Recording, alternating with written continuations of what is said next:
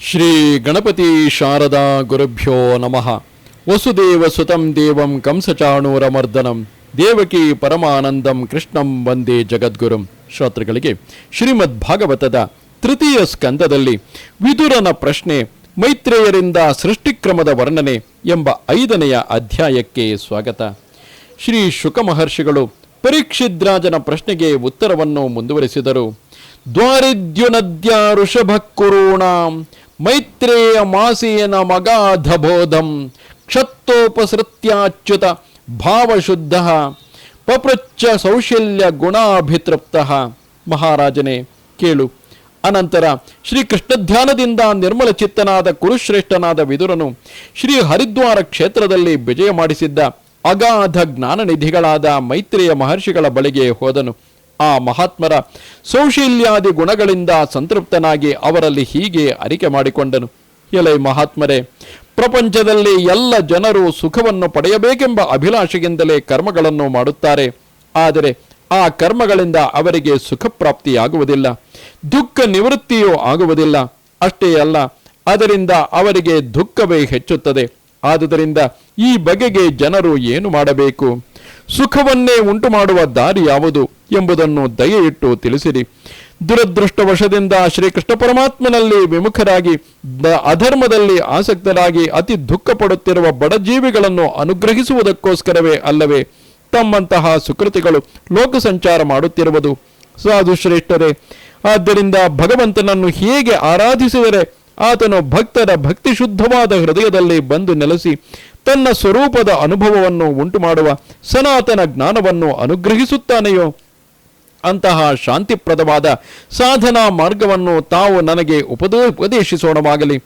ತ್ರಿಲೋಕಗಳಿಗೆ ಒಡೆಯನಾಗಿ ಪರಮ ಸ್ವತಂತ್ರನಾಗಿರುವ ಶ್ರೀಹರಿಯು ಅವತಾರ ಮಾಡಿರುವ ಯಾವ ಲೀಲೆಗಳನ್ನು ಶ್ರೀಹರಿಯು ಅವತಾರ ಮಾಡಿ ಯಾವ ಲೀಲೆಗಳನ್ನು ಆಚರಿಸಿದನು? ಪೂರ್ಣ ಕಾಮನಾಗಿ ಕರ್ತೃತ್ವ ಲೇಪವಿಲ್ಲದ ಆ ಸ್ವಾಮಿಯು ಕಲ್ಪದ ಪ್ರಾರಂಭದಲ್ಲಿ ಈ ಜಗತ್ತನ್ನು ಹೇಗೆ ನಿರ್ಮಿಸಿದನು? ತಾನು ಸೃಷ್ಟಿಸಿದ ಜೀವಿಗಳನ್ನು ನೆಲೆಗೊಳಿಸಿ ಅವುಗಳಿಗೆ ಜೀವನೋಪಾಯವನ್ನು ಹೇಗೆ ಕಲ್ಪಿಸಿದನು? ಮತ್ತೆ ಆತನು ತನ್ನ ಈ ಕಾರ್ಯಗಳನ್ನು ತೊರೆದು ಈ ಜಗತ್ತೆಲ್ಲವನ್ನು ತನ್ನ ಹೃದಯಾಕಾಶದಲ್ಲಿ ವಿಲೀನಗೊಳಿಸಿಕೊಂಡು ಯೋಗ ಮಾಯೆಯಿಂದ ಶಯನಿಸುವುದಾದರೂ ಎಂತು? ಆ ಯೋಗೇಶ್ವರನು ಒಬ್ಬನೇ ಆಗಿದ್ದರೂ ಈ ಬ್ರಹ್ಮಾಂಡದಲ್ಲಿ ಅಂತರ್ಯಾಮಿಯಾಗಿ ಒಳಹೊಕ್ಕು ಅನೇಕ ರೂಪಗಳಲ್ಲಿ ಹೇಗೆ ಪ್ರಕಟಗೊಳ್ಳುತ್ತಾನೆ? ಈ ಎಲ್ಲ ರಹಸ್ಯಗಳನ್ನು ನನಗೆ ತಿಳಿಸಿರಿ. ಬ್ರಾಹ್ಮಣರು, ಗೋವುಗಳು ಮತ್ತು ದೇವತೆಗಳು ಇವರೆಲ್ಲರಿಗೂ ಕ್ಷೇಮವನ್ನು ಉಂಟು ಮಾಡುವುದಕ್ಕಾಗಿ ಯಾವ ನಾನಾ ಅವತಾರಗಳನ್ನು ಕೈಗೊಂಡು ಅನೇಕ ದಿವ್ಯ ಕರ್ಮಗಳನ್ನು ಮಾಡುವನು? ಇದನ್ನು ತಿಳಿಸೋಣವಾಗಲಿ. ಪುಣ್ಯಕೀರ್ತಿಶಾಲಿಗಳಿಗೆ ಚೂಡಾಮಣಿಯಾಗಿರುವ ಆ ಶ್ರೀಹರಿಯ ಕಥಾಮೃತವನ್ನು ಎಷ್ಟು ಪಾನ ಮಾಡಿದರೂ ನಮ್ಮ ಮನಸ್ಸಿಗೆ ತೃಪ್ತಿಯಿಲ್ಲವಾಗಿದೆ.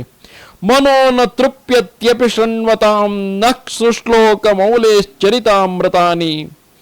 ತಮ್ಮ ತಮ್ಮ ಕರ್ಮಗಳಿಗೆ ಅನುಸಾರವಾಗಿ ಆಕಾರವನ್ನು ಪಡೆದು ಜೀವಿಸುತ್ತಿರುವ ಜೀವಿಗಳಿಂದ ಕೂಡಿರುವ ಈ ಲೋಕಗಳನ್ನು, ಲೋಕಪಾಲರನ್ನು ಮತ್ತು ಲೋಕಗಳ ಹೊರಗಿರುವ ಕತ್ತಲೆಯ ಪ್ರದೇಶಗಳನ್ನು ಸಮಸ್ತ ಲೋಕಾಧಿಪತಿಗಳಿಗೂ ಒಡೆಯನಾದ ಶ್ರೀಹರಿಯು ಯಾವ ತತ್ವಗಳಿಂದ ಹೇಗೆ ಸೃಷ್ಟಿಸುವನು?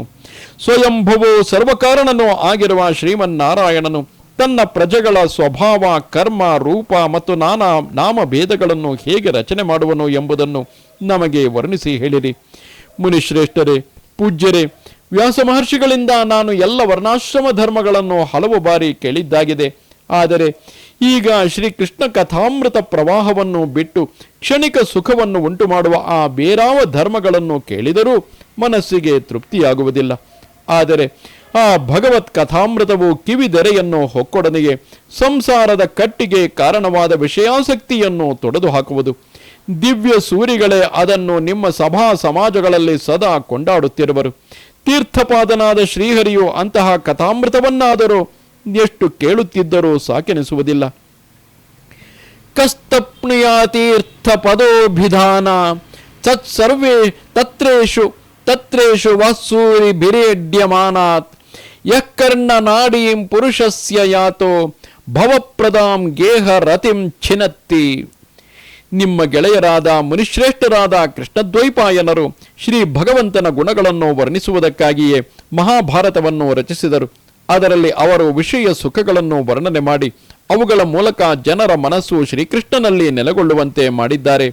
ಶ್ರದ್ಧಾಳುವಾದ ಮನುಷ್ಯನ ಮನಸ್ಸಿನಲ್ಲಿ ಭಗವಂತನ ಕಥೆಯಲ್ಲಿ ಹೀಗೆ ಅಭಿರುಚಿಯು ಹೆಚ್ಚಿದರೆ ಅದಕ್ಕೆ ಭಿನ್ನವಾದ ವಿಷಯಗಳಲ್ಲಿ ವೈರಾಗ್ಯವೇ ಅವನಿಗೆ ಅದರಿಂದ ಉಂಟಾಗುವುದು. ಆಗ ಆತನು ಭಗವಂತನ ಶ್ರೀಚರಣಗಳನ್ನು ನಿರಂತರವಾಗಿ ಧ್ಯಾನಿಸುತ್ತಾ ಪರಮಾನಂದದಲ್ಲಿ ಮುಳುಗುವನು. ಆಗ ಅವನ ಸಮಸ್ತ ದುಃಖಗಳು ಒಡನೆಯೇ ನಾಶ ಹೊಂದುತ್ತವೆ. ಆದರೆ ಅಜ್ಞಾನಿಗಳು ತಮ್ಮ ಪೂರ್ವ ಪಾಪದಿಂದ ಭಗವತ್ ಕಥೆಗೆ ವಿಮುಖರಾಗುತ್ತಾರೆ. ಆ ಬಡಜೀವಿಗಳ ಮೇಲೆ ನನಗೆ ಅಯ್ಯೋ ಪಾಪ ಎಂದು ಕರುಣೆಯೇ ಉಂಟಾಗುತ್ತದೆ. ಭಗವಂತನಾದ ಕಾಲಪುರುಷನು ಅವರ ಅಮೂಲ್ಯವಾದ ಜೀವನ ಕಾಲವನ್ನು ಕಟಾಯಿಸುತ್ತಾ ಹೋಗುತ್ತಿದ್ದರೂ ಅವರು ತಮ್ಮ ಮಾತು, ಮನಸ್ಸು ಮತ್ತು ದೇಹಗಳನ್ನು ವ್ಯರ್ಥವಾಗಿ ವಾದ ವಿವಾದ, ವ್ಯರ್ಥ ಪ್ರಯತ್ನಗಳು ಮತ್ತು ವ್ಯರ್ಥವಾದ ಚಿಂತನೆಗಳಲ್ಲಿ ತೊಡಗಿಸುತ್ತಾ ಜೀವನವನ್ನೇ ಪೋಲು ಮಾಡಿಕೊಳ್ಳುತ್ತಾರೆ. ಎಂತಹ ಶೋಚನೀಯವಾದ ವಿಷಯವಿದು. ಮುನಿವರೇಣ್ಯರೇ, ತಾವು ದೀನ ಬಂಧುಗಳು, ದಯಾಳುಗಳು, ದುಂಬಿಯು ನಾನಾ ಪುಷ್ಪಗಳಿಂದ ರಸವನ್ನು ಶೋಧಿಸಿ ತೆಗೆಯುವಂತೆ ತಾವು ಈ ಲೌಕಿಕ ಕಥೆಗಳಿಂದ ಅವುಗಳ ಸಾರಭೂತವಾಗಿರುವ ಪರಮ ಪವಿತ್ರವೂ ಮಂಗಳಕರವೂ ಆದಂತಹ ಶ್ರೀಹರಿಯ ಕಥೆಗಳನ್ನು ನಮ್ಮ ಮಂಗಳಕ್ಕಾಗಿ ಸಂಗ್ರಹಿಸಿ ಹೇಳಿರಿ. ಭಗವಂತನು ಜಗತ್ತಿನ ಸೃಷ್ಟಿ ಸ್ಥಿತಿ ಲಯಗಳಿಗಾಗಿ ತನ್ನ ಶಕ್ತಿಯನ್ನು ಸ್ವೀಕರಿಸಿ ಹಲವಾರು ಅವತಾರಗಳನ್ನು ಧರ್ಮ ಸಂಸ್ಥಾಪನೆಗಾಗಿ ಮಾಡಿ ಅವುಗಳಲ್ಲಿ ತನ್ನ ಅತಿಮಾನುಷವಾದ ಅನೇಕ ಕಾರ್ಯಗಳನ್ನು ಮಾಡಿದನಲ್ಲವೇ? ಅವುಗಳನ್ನು ನನಗೆ ವಿಸ್ತರಿಸಿ ಹೇಳೋಣವಾಗಲಿ. ಶುಕ ಮಹರ್ಷಿಗಳು ಪರೀಕ್ಷಿತ್ ರಾಜನಿಗೆ ಹೇಳುತ್ತಾರೆ, ಮಹಾತ್ಮನಾದ ವಿದುರನು ಸಮಸ್ತ ಜೀವಿಗಳ ಕಲ್ಯಾಣಕ್ಕಾಗಿಯೇ ಮೈತ್ರೇಯರನ್ನು ಹೀಗೆ ಪ್ರಶ್ನೆ ಮಾಡಿದನು. ಅವನ ಸದಾಶಯವನ್ನು, ಸೌಜನ್ಯವನ್ನು, ಭಕ್ತಿ, ಜ್ಞಾನ, ವೈರಾಗ್ಯ ಮಹಿಮೆಯನ್ನು ಅಭಿನಂದಿಸುತ್ತಾ ಮೈತ್ರೇಯ ಮಹರ್ಷಿಗಳು ಹೀಗೆ ಉತ್ತರಿಸಿದರು. ಓ ಸಾಧು ಶ್ರೇಷ್ಠನೇ, ಲೋಕಾನುಗ್ರಹಕ್ಕಾಗಿ ನೀನು ತುಂಬಾ ಒಳ್ಳೆಯ ಪ್ರಶ್ನೆಯನ್ನೇ ಕೇಳಿರುವೆ.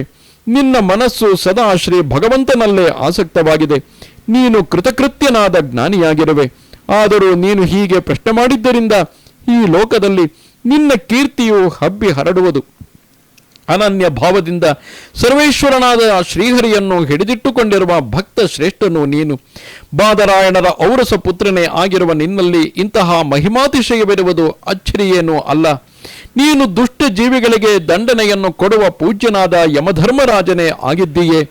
ಮಾಂಡವ್ಯ ಮಹರ್ಷಿಗಳ ಶಾಪದಂತೆ ಶ್ರೀ ವೇದವ್ಯಾಸರಿಂದ ಅವರ ತಮ್ಮನಾದ ವಿಚಿತ್ರವೀರ್ಯನ ದಾಸಿಯ ಗರ್ಭದಲ್ಲಿ ಜನ್ಮ ತಳೆದಿರುವೆ. ನೀನು ಸದಾ ಶ್ರೀ ಭಗವಂತನಿಗೂ ಆತನ ಭಕ್ತರಿಗೂ ಅತ್ಯಂತ ಪ್ರಿಯನಾದವನು. ಅದಕ್ಕೋಸ್ಕರವೇ ಶ್ರೀ ಭಗವಂತನು ಪರಂಧಾಮಕ್ಕೆ ತೆರಳುವಾಗ ನಿನಗೆ ಜ್ಞಾನೋಪದೇಶ ಮಾಡಬೇಕೆಂದು ನನಗೆ ಅಪ್ಪಣೆಯನ್ನು ಅನುಗ್ರಹಿಸಿದನು. ಅದರಂತೆ ಈಗ ನಾನು ನಿನಗೆ ಭಗವಂತನು ಜಗತ್ತಿನ ಸೃಷ್ಟಿ ಸ್ಥಿತಿ ಮತ್ತು ಲಯಗಳ ಕಾರ್ಯಕ್ಕಾಗಿ ತನ್ನ ಯೋಗಮಾಯೆಯ ಮೂಲಕ ವಿಸ್ತಾರಗೊಳಿಸಿದ ಭಗವಂತನ ವಿವಿಧವಾದ ದಿವ್ಯ ಲೀಲೆಗಳನ್ನು ಕ್ರಮವಾಗಿ ವರ್ಣಿಸುತ್ತೇನೆ ಕೇಳು.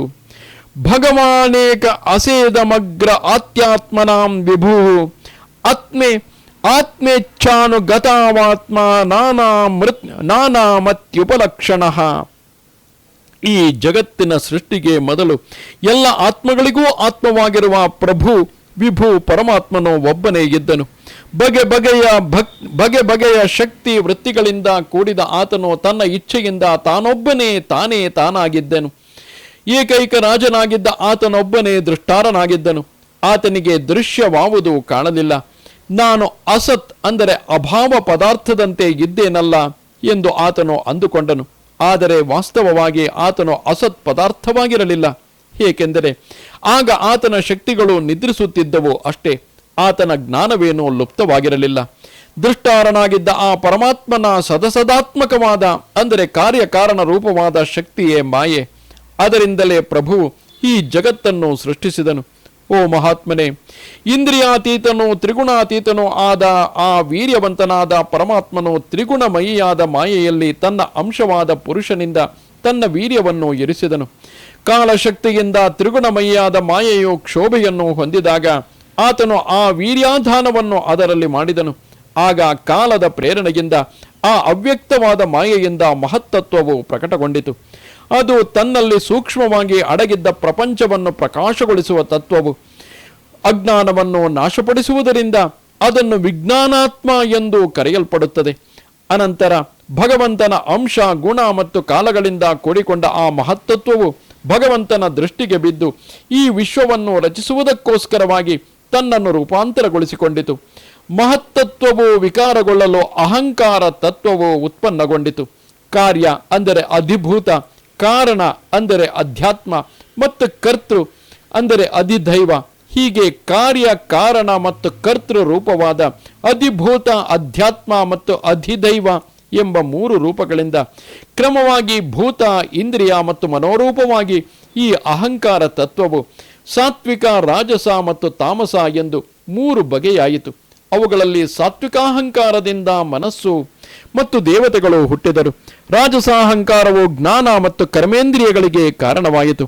ತಾಮಸಾಹಂಕಾರದಿಂದ ಸೂಕ್ಷ್ಮ ಭೂತಗಳಿಗೆ ಕಾರಣವಾದ ಶಬ್ದ ತನ್ಮಾತ್ರೆಯು ಉಂಟಾಗಿತು. ಅದರಿಂದ ಪರಮಾತ್ಮನಿಗೆ ಶರೀರಭೂತವಾಗಿರುವ, ಪರಮಾತ್ಮನಿಗೆ ದೃಷ್ಟಾಂತವಾಗಿ ಹೇಳಲ್ಪಟ್ಟಿರುವ ಆಕಾಶ ತತ್ವವು ಹುಟ್ಟಿತು. ಭಗವಂತನ ದೃಷ್ಟಿಯು ಆಕಾಶದ ಮೇಲೆ ಬೀಳಲು ಆಗ ಅದರಿಂದ ಮತ್ತೆ ಕಾಲಮಾಯೆ ಮತ್ತು ಚಿದಂಶಗಳ ಯೋಗದಿಂದ ಸ್ಪರ್ಶ ತನ್ಮಾತ್ರೆಯು ಉಂಟಾಗಿತು. ಅದು ವಿಕಾರಗೊಂಡಾಗ ವಾಯುವು ಉತ್ಪನ್ನವಾಯಿತು. ಮಹಾಬಲಶಾಲಿಯಾದ ವಾಯುವು ಆಕಾಶದೊಡನೆ ವಿಕಾರಗೊಂಡಾಗ ರೂಪ ತನ್ಮಾತ್ರೆಯು ಹುಟ್ಟಿಕೊಂಡಿತು. ಅದರಿಂದ ಜಗತ್ತಿಗೆ ಪ್ರಕಾಶವನ್ನು ನೀಡುವ ತೇಜಸ್ಸು ಉತ್ಪನ್ನವಾಗಿತು. ಮತ್ತೆ ಪರಮಾತ್ಮನ ದೃಷ್ಟಿಗೆ ಪಾತ್ರವಾಗಿ ವಾಯು ಸಹಿತವಾದ ತೇಜಸ್ಸು ಕಾಲ, ಮಾಯೆ ಮತ್ತು ಚಿದಂಶಗಳ ಯೋಗದಿಂದ ವಿಕಾರಗೊಂಡು ರಸ ತನ್ಮಾತ್ರೆಯ ಕಾರ್ಯವಾದ ಜಲತತ್ವವನ್ನು ನಿರ್ಮಾಣ ಮಾಡಿತು. ಅನಂತರ ಜಲವು ತೇಜಸ್ಸಿನೊಡನೆ ಸೇರಿ ಭಗವಂತನ ನೋಟದಿಂದ ವಿಕಾರಗೊಂಡು ಕಾಲಮಾಯೆ ಮತ್ತು ಚಿದಂಶಗಳ ಯೋಗದಿಂದ ಗಂಧ ಗುಣವುಳ್ಳ ಪೃಥ್ವಿಯನ್ನು ಉಂಟು ಮಾಡಿತು. ಆಕಾಶವೇ ಮುಂತಾದ ಪಂಚಭೂತಗಳಲ್ಲಿ ಉತ್ತರೋತ್ತರ ಭೂತಗಳಲ್ಲಿ ಕ್ರಮವಾಗಿ ಅವುಗಳ ಹಿಂದಿನ ಭೂತಗಳ ಅಗುಣಗಳು ಅನುವರ್ತಿಸುತ್ತವೆ ಎಂದು ತಿಳಿಯಬೇಕು. ಉದಾಹರಣೆಗೆ, ಆಕಾಶದ ಅನಂತರ ಬರುವ ವಾಯುವಿನಲ್ಲಿ ಆಕಾಶದ ಗುಣವಾದ ಸ್ಪರ್ಶವು ಅನುವೃತ್ತಿ ಹೊಂದುತ್ತದೆ. ಕೊನೆಯದಾದ ಪೃಥ್ವಿಯಲ್ಲಿ ಅದರ ಹಿಂದಿನದಾದ ಎಲ್ಲ ಭೂತಗಳ ಗುಣಗಳು ಅನುವೃತ್ತಿ ಹೊಂದುತ್ತವೆ. ಆ ಮಹತ್ತತ್ವಾದಿಗಳಿಗೆ ಅಭಿಮಾನಿಗಳಾಗಿ ವಿಕಾರ, ವಿಕ್ಷೇಪ ಮತ್ತು ಚೇತನಾಂಶಗಳಿಂದ ಯುಕ್ತರಾದ ದೇವಗಣಗಳೆಲ್ಲವೂ ಶ್ರೀ ಭಗವಂತನ ಅಂಶಗಳೇ ಆಗಿದ್ದಾರೆ. ಆದರೆ ಪ್ರತ್ಯೇಕವಾಗಿ ಸಮಾನವಾಗಿದ್ದುದರಿಂದ ಅವರು ಪ್ರಪಂಚ ರಚನೆ ಎಂಬ ತಮ್ಮ ಕಾರ್ಯಗಳನ್ನು ಮಾಡಲು ವಿಫಲರಾದರು. ಆಗ ಅವರು ಕೈಜೋಡಿಸಿಕೊಂಡು ಭಗವಂತನನ್ನು ಹೀಗೆ ಪ್ರಾರ್ಥಿಸಿದರು: ಓ ದೇವದೇವನೇ, ನಿನ್ನ ಪಾದಾರವಿಂದಗಳಿಗೆ ನಮಸ್ಕಾರವು. ಅವು ಶರಣು ಬಂದ ಜೀವಿಗಳ ತಾಪವನ್ನು ಹೋಗಲಾಡಿಸುವ ವಿಷಯದಲ್ಲಿ ಛತ್ರಗಳಂತಿವೆ. ಅವುಗಳ ಆಸರೆ ಪಡೆದರೆ ಯತಿಗಳು ಅನಂತವಾದ ಸಂಸಾರ ದುಃಖವನ್ನು ಸುಲಭವಾಗಿ ದೂರಕ್ಕೆ ಬಿಸಾಡಿಬಿಡಬಹುದು. ಇಂತಹ ಮಹಾಮಹಿಮನಾದ ನಿನ್ನ ಅಡಿದಾವರೆಗಳಿಗೆ ನಮೋ ನಮಃ. ಓ ಸೃಷ್ಟಿಕರ್ತನೆ, ಜಗದೀಶ್ವರ, ಈ ಸಂಸಾರದಲ್ಲಿ ಮುಬ್ಬಗೆಯ ತಾಪಗಳಿಗೆ ಒಳಗಾಗಿ ಜೀವಗಳು ಕಳವಳ ಪಡುತ್ತಿರುವುದರಿಂದ ಅವುಗಳಿಗೆ ಸ್ವಲ್ಪವೂ ಶಾಂತಿ ಇಲ್ಲವಾಗಿದೆ. ಆದ್ದರಿಂದ ನಾವು ನಿನ್ನ ಶ್ರೀಚರಣಗಳ ಜ್ಞಾನಮಯವಾದ ಛಾಯೆಯ ಆಶ್ರಯವನ್ನು ಪಡೆಯುತ್ತೇವೆ. ಮುನಿಗಳು ಏಕಾಂತವಾದ ಜಾಗದಲ್ಲಿ ಕುಳಿತು ನಿನ್ನ ಮುಖಕಮಲದ ಆಶ್ರಯದಲ್ಲಿರುವ ವೇದ ಮಂತ್ರಗಳೆಂಬ ಪಕ್ಷಿಗಳ ಸಹಾಯದಿಂದ ಯಾವುದನ್ನು ಅರಸುತ್ತಿರುವರೋ ಮತ್ತು ಯಾವುದು ಸಮಸ್ತ ಪಾಶಗಳನ್ನು ನಾಶ ಮಾಡುವ ನದಿಗಳಲ್ಲಿ ಶ್ರೇಷ್ಠವಾದ ಶ್ರೀ ಗಂಗಾದೇವಿಗೆ ಉತ್ಪತ್ತಿ ಧಾಮವಾಗಿದೆಯೋ ಅಂತಹ ನಿನ್ನ ಪರಮಪಾವನವಾದ ಪಾದ ಪದ್ಮಗಳನ್ನು ಮೊರೆ ಹೋಗುತ್ತೇವೆ. ಧೀರರಾದ ಯೋಗೀಶ್ವರನು ಯಾವುದನ್ನು ಶ್ರದ್ಧೆ ಮತ್ತು ಶ್ರವಣ ಕೀರ್ತನ ರೂಪವಾದ ಭಕ್ತಿಯಿಂದ ಶುದ್ಧವಾದ ತಮ್ಮ ಅಂತಃಕರಣದಲ್ಲಿ ಧರಿಸಿ ಜ್ಞಾನ ವೈರಾಗ್ಯಗಳ ಬಲದಿಂದ ಮುಕ್ತಿಯನ್ನು ಪಡೆಯುತ್ತಾರೆಯೋ ಅಂತಹ ನಿನ್ನ ಪಾದಗಳ ಪೀಠವು ನಮಗೆ ಶರಣಾಗಲಿ. ಪ್ರಭು, ನೀನು ಪ್ರಪಂಚದ ಸೃಷ್ಟಿ, ಸ್ಥಿತಿ ಮತ್ತು ಲಯಗಳಿಗಾಗಿಯೇ ಅವತರಿಸುತ್ತೀಯೇ. ಆದುದರಿಂದ ನಾವೆಲ್ಲರೂ ಸ್ಮರಣೆ ಮಾಡುವ ಭಕ್ತ ಜನರಿಗೆ ಅಭಯವನ್ನೀಯುವ ನಿನ್ನ ಈ ಅಡಿದಾವರೆಗಳನ್ನು ಶರಣು ಹೊಂದುತ್ತೇವೆ. ನೀನು ಸಕಲ ಮನುಷ್ಯರ ಹೃದಯಗಳಲ್ಲಿಯೂ ಅಂತರ್ಯಾಮಿಯಾಗಿ ವಾಸ ಮಾಡುತ್ತಿದ್ದರೂ ಯಾರು ಮನೆ, ಮಡದಿ, ಮಕ್ಕಳು, ದೇಹ ಮುಂತಾದವುಗಳಲ್ಲಿ ನಾನು, ನನ್ನದು ಎಂಬ ಮಾಯಾ ಮೋಹಪಾಶಗಳಿಂದ ತಮ್ಮನ್ನು ಕಟ್ಟಿಕೊಂಡಿರುತ್ತಾರೆಯೋ ಅಂತಹವರಿಗೆ ಮಾತ್ರ ಅತ್ಯಂತ ದೂರವಾಗಿರುವ ನಿನ್ನ ಚರಣಾರವಿಂದಗಳನ್ನು ಭಜಿಸುತ್ತೇವೆ.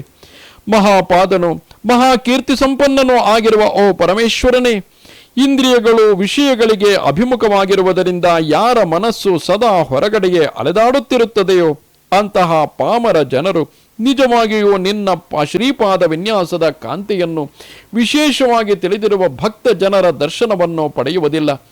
ಅದಕ್ಕೆ ಅವರು ನಿನ್ನ ಶ್ರೀ ಚರಣಾರವಿಂದಗಳಿಂದ ದೂರವಾಗಿದ್ದಾರೆ. ಪ್ರಭು, ನಿನ್ನ ಕಥಾಮೃತವನ್ನು ಪಾನ ಮಾಡಿದ್ದರಿಂದ ಉಕ್ಕಿ ಬರುವ ಭಕ್ತಿಯಿಂದ ಯಾರ ಮನಸ್ಸು ನಿರ್ಮಲವಾಗಿ ಬಿಟ್ಟಿದೆಯೋ ಅಂತಹವರು ವೈರಾಗ್ಯಸಾರವಾದ ಆತ್ಮಜ್ಞಾನವನ್ನು ಪಡೆದು ಅನಾಯಾಸವಾಗಿಯೇ ವೈಕುಂಠ ಧಾಮವನ್ನು ಹೊಂದಿಬಿಡುವರು. ಅಂತೆಯೇ ಮತ್ತೆ ಕೆಲವು ಧೀರರು ಚಿತ್ತವೃತ್ತಿ ನಿರೋಧ ರೂಪವಾದ ಸಮಾಧಿಯ ಬಲದಿಂದ ನಿನ್ನ ಪ್ರಬಲವಾದ ಮಾಯೆಯನ್ನು ದಾಟಿದವರಾಗಿ ನಿನ್ನಲ್ಲಿ ಲೀನರಾಗುತ್ತಾರೆ. ಆದರೆ ಅವರು ಅದಕ್ಕಾಗಿ ತುಂಬ ಶ್ರಮ ಪಡಬೇಕಾಗುತ್ತದೆ. ನಿನ್ನ ಸೇವಾ ಮಾರ್ಗದಲ್ಲಾದರೂ ಯಾವ ಶ್ರಮವೂ ಇರುವುದಿಲ್ಲ. ಸಿದ್ಧಿಯಲ್ಲಿ ಮಾತ್ರವಲ್ಲದೆ ಸಾಧನೆಯ ದಾರಿಯಲ್ಲೂ ಸುಖಕರವಾದುದು ನಿನ್ನ ಸೇವೆ. ಓ ಆದಿದೇವನೇ, ಪ್ರಪಂಚದ ಸೃಷ್ಟಿಗಾಗಿ ನೀನು ನಮ್ಮನ್ನು ತ್ರಿಗುಣಮಯವನ್ನಾಗಿ ಸೃಷ್ಟಿಸಿರುವೆ. ಆದರೆ ನಮ್ಮಲ್ಲಿ ಪರಸ್ಪರ ಸಾಮ್ಯವಿಲ್ಲ. ಎಲ್ಲರ ಸ್ವಭಾವವು ಬೇರೆ ಬೇರೆಯಾಗಿದೆ. ಆದ್ದರಿಂದ ನಾವು ಒಟ್ಟಾರೆ ಸೇರಿ ನಿನ್ನ ಕ್ರೀಡೆಗಾಗಿ ಲೋಕಸೃಷ್ಟಿಯನ್ನು ಮಾಡಿ ನಿನಗೆ ಸಮರ್ಪಿಸಲು ಅಸಮರ್ಥರಾಗಿದ್ದೇವೆ. ಆದ್ದರಿಂದ ಜಿಯ, ನಾವು ಹೇಗಾದರೆ ಬ್ರಹ್ಮಾಂಡವನ್ನು ರಚಿಸಿ ನಿನಗೆ ಸಮಸ್ತ ಪೂಜೆಗಳನ್ನು ಸಮರ್ಪಿಸಲು ಸಮರ್ಥರಾಗುವೆವು. ಅನ್ನವನ್ನು ಪಡೆದು ಜೀವಿಸುವೆವು. ಮತ್ತು ಈ ಎಲ್ಲ ಜೀವಗಳು ಕೂಡ ಎಲ್ಲ ವಿಘ್ನಗಳಿಂದಲೂ ದೂರವಾಗಿದ್ದು ನಮಗೂ ಮತ್ತು ನಿನಗೂ ಸೇವೆಗಳನ್ನು ಸಮರ್ಪಿಸುತ್ತಾ ತಮ್ಮ ತಮ್ಮ ಆಹಾರಗಳನ್ನು ಸೇವಿಸಲು ಸಮರ್ಥವಾದವು. ಅಂತಹ ಯಾವುದಾದರೂ ಉಪಾಯವನ್ನು ಹೂಡುವವನಾಗು. ಓ ಭಗವಂತ, ವಿಕಾರರಹಿತನಾದ ಪುರಾಣ ಪುರುಷನಾದ ನೀನೇ ಇತರ ಕಾರ್ಯವರ್ಗಗಳಿಂದೊಡಗೂಡಿದ ದೇವತೆಗಳಾದ ನಮಗೆಲ್ಲರಿಗೂ ಆದಿಕಾರಣನಾಗಿದ್ದೀಯೆ. ಜನ್ಮರಹಿತನಾದ ನೀನೇ ಹಿಂದೆ ಗುಣಗಳಿಗೂ ಕರ್ಮಗಳಿಗೂ ಕಾರಣವಾದ ಪ್ರಕೃತಿ ಶಕ್ತಿಯಲ್ಲಿ, ಅಂದರೆ ಮಾಯಾಶಕ್ತಿಯಲ್ಲಿ ಚಿದಂಶ ರೂಪವಾದ ವೀರ್ಯವನ್ನು ಸ್ಥಾಪಿಸಿದವನಲ್ಲವೇ? ಪರಮಾತ್ಮ, ಮಹತ್ತತ್ವಾದ ರೂಪ ದೇವಗುಣಗಣಗಳಿಂದ ನಾವು ಯಾವ ಕಾರ್ಯಕ್ಕಾಗಿ ಸೃಷ್ಟಿಸಲ್ಪಟ್ಟಿದ್ದೇವೆಯೋ ಆ ಬಗೆಗೆ ನಾವು ಏನು ತಾನೇ ಮಾಡೋಣ? ನಮ್ಮ ಮೇಲೆ ಅನುಗ್ರಹವನ್ನು ಬೀರು. ಬ್ರಹ್ಮಾಂಡವನ್ನು ರಚಿಸುವುದಕ್ಕಾಗಿ ನೀನು ನಮಗೆ ನಿನ್ನ ಅದ್ಭುತವಾದ ಕ್ರಿಯಾಶಕ್ತಿಯೊಡನೆ ನಿನ್ನ ದಿವ್ಯವಾದ ಜ್ಞಾನಶಕ್ತಿಯನ್ನು ಕರುಣಿಸುವವನಾಗು. ಎಂಬಲ್ಲಿಗೆ ಮಹಾಪುರಾಣವೋ ಪರಮಹಂಸ ಸಂಹಿತೆಯೋ ಆಗಿರುವ ಶ್ರೀಮದ್ ಭಾಗವತದಲ್ಲಿ ತೃತೀಯ ಸ್ಕಂದದ 5ನೆಯ ಅಧ್ಯಾಯವೂ ಮುಗಿಯಿತು. ನಮಸ್ತೆ ಶಾರದೆ ದೇವಿ ಕಾಶ್ಮೀರ ಪುರವಾಸಿನಿ ತ್ವಾಮಹಂ ಪ್ರಾರ್ಥಯೇ ನಿತ್ಯಂ ವಿದ್ಯಾದಾನಂಚ ದೇಹಿಮೆ. ನಮಸ್ಕಾರ.